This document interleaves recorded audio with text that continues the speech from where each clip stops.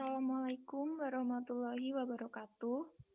Kami dari kelompok 1 yang beranggotakan Fania Mega Islami, Onegus Diki Prasetyo, dan Robiatul Adawiyah akan mempresentasikan hasil kerja kelompok kami pada bab 1 mengenai doktrin-doktrin pokok akidah Islam.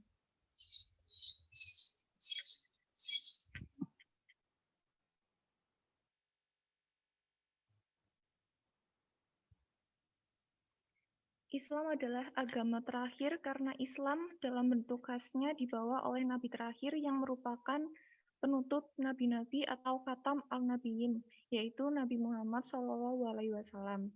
Sebagai agama terakhir, Islam datang bukan untuk membawa tradisi baru, tetapi untuk menegaskan kembali pesan tauhid yang telah didakwahkan para nabi dan rasul sebelum Nabi Muhammad SAW.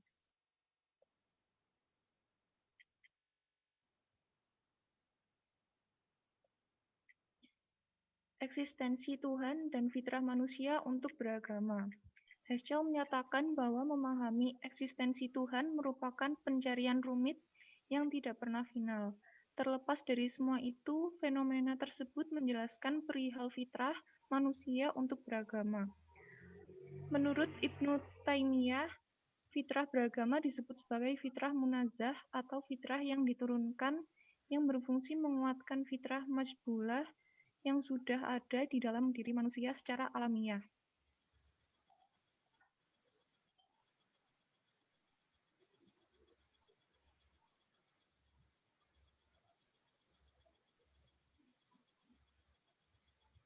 Agama merupakan kelanjutan dari natur manusia sendiri, yang merupakan wujud nyata dari kecenderungan alamiahnya, untuk mencari kebaikan dan kebenaran atau hanif. Dengan demikian, dengan nilai kemanusiaan atau sebaliknya, tidak mungkin bertentangan. Pada gilirannya, penghayatan terhadap nilai ketuhanan yang sempurna akan menghasilkan penghayatan terhadap nilai kemanusiaan.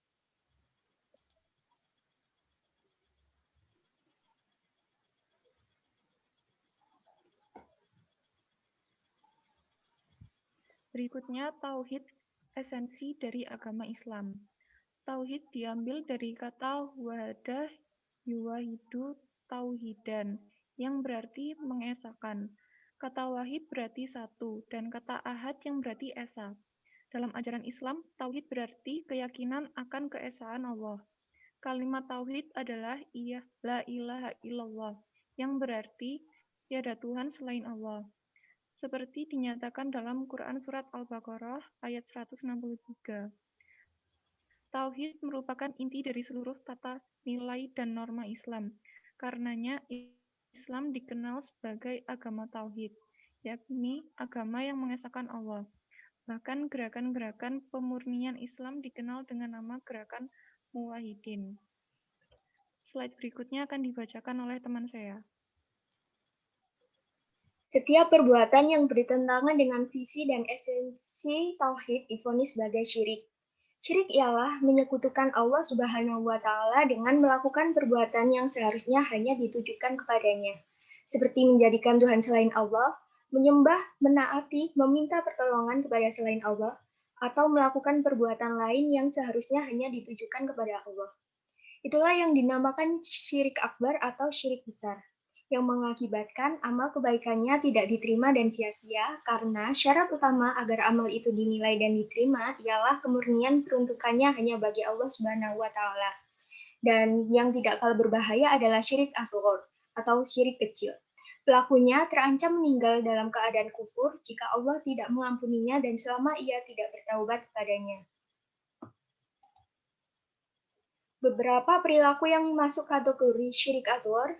Yang pertama yaitu bersumpah atas nama selain Allah, yang kedua ramalan, yang ketiga sihir, dan yang keempat berkorban untuk selain Allah.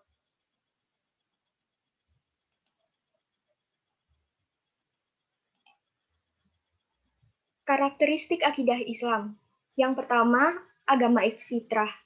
Agama Islam diturunkan oleh Allah untuk kepentingan dan kebahagiaan manusia. Siapapun yang mengamalkan Islam dengan penuh ketaatan, kepasrahan, dan ketulusan, niscaya akan akan menemukan kedamaian dan memperoleh kemuliaan. Tidak sedikit pun ajaran Islam yang bertentangan dengan nilai-nilai kemanusiaan, tidak pula membebani dan memberatkan manusia. Yang kedua, bersifat universal. Perjumpaan ajaran agama Islam dengan tradisi dan budaya sekitarnya tidaklah dilakukan dengan cara konfrontasi, melainkan dengan jalan akomodasi kreatif. Pengetahuan yang dikembangkan dalam ajaran Islam pun merupakan serapan dari warisan intelektual peradaban sebelumnya. Kemudian, peradaban itu disajikan kembali menjadi warisan dunia yang memberi manfaat bagi seluruh umat manusia. Yang ketiga, melanjutkan tradisi tauhid. Konsep Islam sebagai agama tauhid merupakan mata rantai ajaran sepanjang sejarah manusia dari para nabi dan rasul, mulai dari Nabi Adam, Nuh, Ibrahim, Daud, Musa, dan Isa sampai Muhammad SAW.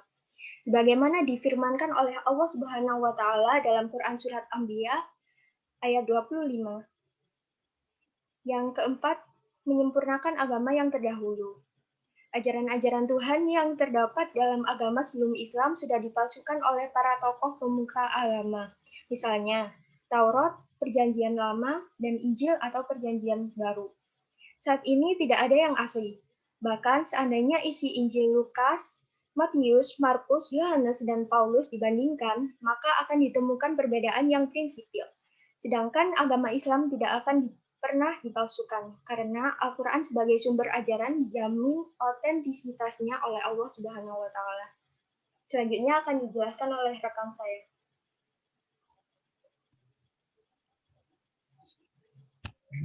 Yang selanjutnya adalah mendorong kemajuan. Banyak sekali ayat Al-Quran yang menentang manusia untuk menggunakan akal pikirannya. Islam mengajarkan bahwa hukum-hukum Allah, sunatullah, dalam kehidupan ini ada dua macam, yaitu yang tertulis atau kauliyah dan yang tidak tertulis atau kauniyah. Sunnah kauliyah adalah hukum yang diwahyukan kepada para nabi, sedangkan sunnah kauniyah ialah ketentuan yang tidak diwahyukan seperti suhu udara, tata surya, panas matahari, iklim, derajat, panas air, hukum titik cair baja, gravitasi,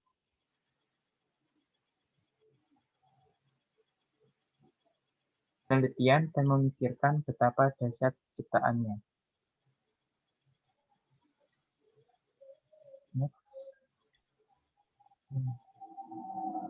Selanjutnya adalah perbandingan agama. Yang pertama, Yahudi. Yahudi adalah agama tertua di antara agama-agama Semitik Ibrahimah. Agama ini telah hidup hampir 4.000 tahun. Meskipun penyebar-sebarannya agama Yahudi adalah Nabi Musa alaihissalam, orang Yahudi Ortodoks memandang bahwa agama mereka itu bermula dari Nabi Ibrahim. Nabi Ibrahim alaihissalam adalah bapak monoteisme, karena ialah orang yang pionir tradisi monoteistik yang diikuti oleh keturunannya dan banyak bangsa di dunia. Tradisi monoteistik mendapat tantangan dari kepercayaan kafir dan syirik. Suku-suku bangsa lain tetap menyembah Tuhan mereka sendiri, seperti suku bangsa Kanaan mempunyai Baal, orang Mesir mempunyai Ra atau Osiris, dan orang Asia masih mempunyai tuhan-tuhan yang lain. Monoteisme Yahudi adalah monoteisme transenden dan etis. Tuhan bukan hanya satu dan transenden, tetapi dia berhubungan pula dengan manusia. Hubungannya dengan manusia adalah hubungan etis. Sayangnya, gangguan politeistik dan asosianistik atau syirik datang menerjang berulang kali sehingga menodai kemurnian doktrin tauhidnya.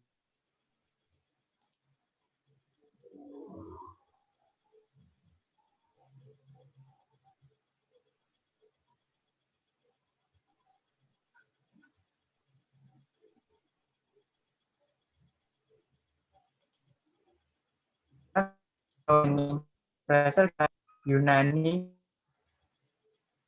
Kristos sebagai terjemahan yang digunakan oleh Yahudi untuk menuju penyelamat. Mesias yang diterjemahkan dengan Al-Fatihah digunakan untuk menyebut Yesus dari Nazaret, Isa dari Nasirah Al-Nashiroh.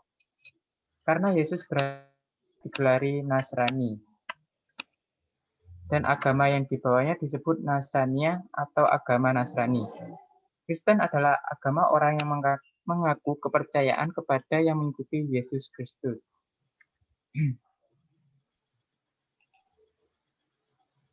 Kristen memang agama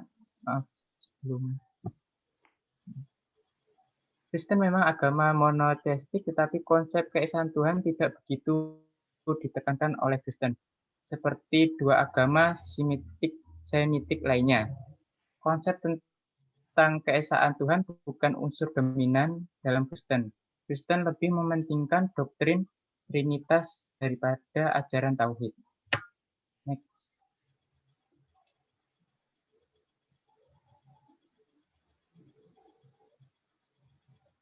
Yang selanjutnya, Islam, agama lama yang baru. Islam mengidentikan dirinya dengan agama primordial, Al-Din Al-Hanif, atau agama yang benar, yaitu agama Ibrahim dan keturunannya dan semua nabi yang diutus Tuhan kepada bangsa-bangsa Semitik, termasuk orang Ibrani dan orang Arab.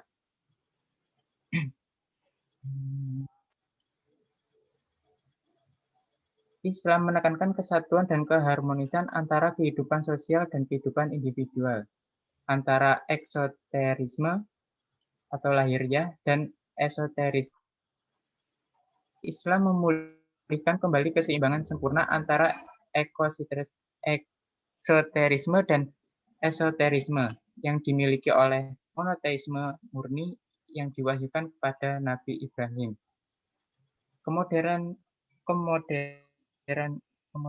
Kemodernan Islam akan tampak jika dibandingkan dengan penekanan Yahudi dan Kristen pada konsep Tuhan dan manusia. Di Yahudi memberikan penekanan pada konsep Tuhan adalah sumber hukum, sedangkan pada Kristen Tuhan sebagai sumber kasih. Hingga Islam memadukan kedua sikap ini ke dalam suatu keutuhan sintesis yang tunggal. Tuhan menurut Islam adalah Maha Kuasa, Sang Maha Penghukum, Hakim yang adil, dan sekaligus Maha Pengasih dan Maha Penyayang. Sekian presentasi dari kelompok kami. Jika ada salah kata, kami mohon maaf. Jika ada pertanyaan, bisa disampaikan. Terima kasih. Wassalamualaikum warahmatullahi wabarakatuh.